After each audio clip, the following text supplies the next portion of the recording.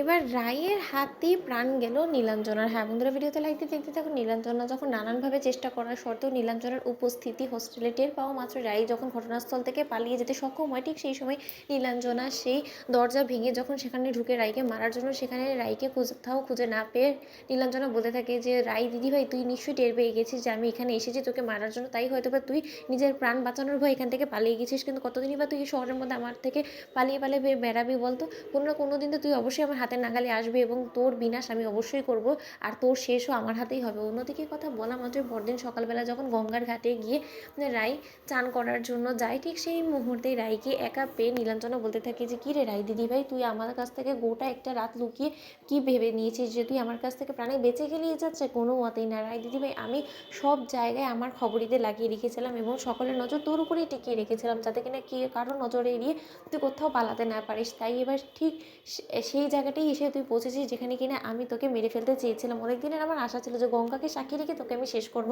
এবার আমার সেই ইচ্ছাটাই পূরণ হবে। এই গঙ্গার ধারে সকলে সাক্ষী থাকবে তোর মৃত্যুর। এবার আর কারো কোনো রকম কোনো সন্দেহ থাকবে না তোর মৃত্যু নিয়ে, বা কোনো ধোঁয়াশাও থাকবে না। অন্যদিকে কথা বলা মাত্র নীলাঞ্জনার সাথে যখন হাতাহাতি করার নিয়ে ব্যস্ত হয়ে পড়ে রাই নিজের প্রাণ বাঁচানোর জন্য, ঠিক সেই সময়ে রাই বারবার করে বলতে থাকে যে দেখ নীলু, একদম কোনো মতে আমার দিকে বন্দুক তাক করে নিজের হাতে আইন তুলে নেওয়ার চেষ্টা করিস না, তাহলে কিন্তু তুই জীবিত থাকা সত্ত্বেও জেলে গিয়ে পচে মরবি, আর আমি চাই না যে নিজ হাতে তোকে আমি সেই শাস্তিটা দিই। তাই যদি তুই নিজেকে ভালো রাখতে চাস তাহলে প্লিজ এরকম কোনো অঘটন ঘটানোর চেষ্টা করিস না। দেখ নীলু, তোর কিন্তু এখন মাথায় রক্ত চড়ে আছে, এই সুবাদে কিন্তু তুই কোনো না কোনোভাবে অবশ্যই গানটা চালিয়ে যাবি। অন্যদিকে নীলাঞ্জনা বলতে থাকে যে তোর কি মনে হচ্ছে বলতো যে আমি এই গানটা এমনি এমনি নিয়ে এসেছি?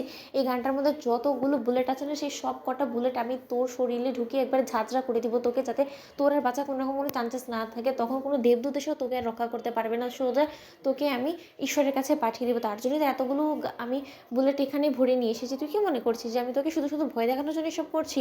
এই যাত্রায় তোকে মরতেই হবে দিদি ভাই, তোর সময় ফুরিয়ে এসেছে, এবার এই পৃথিবীতে সেটা তোকে যেতেই হবে। অন্যদিকে যখন বার করেই নীলাঞ্জনের সাথে রায়ের দস্তাদস্তি হতে থাকে, ঠিক সেই সময় হঠাৎ করেই দস্তাদস্তির মাঝেই যখন নীলাঞ্জনার হাতে থাকা সেই রিভলভারের ট্রিগারটা প্রেস হয়ে যায়, ঠিক সেই সময় রিভলভারে থাকা একটা বুলেট নীলাঞ্জনার বুকে গিয়ে লাগা মাত্রই নীলাঞ্জনা সেই ঘটনাস্থলেই যখন ওর বুক ঝাঁঝরা হয়ে বুক থেকে রক্ত বেরোতে থাকে, ঠিক সেই সময় নীলাঞ্জনা বলতে থাকে যে রায় দিদিভাই, শেষমেশ কিনা তোর হাতেই আমার মৃত্যু হলো।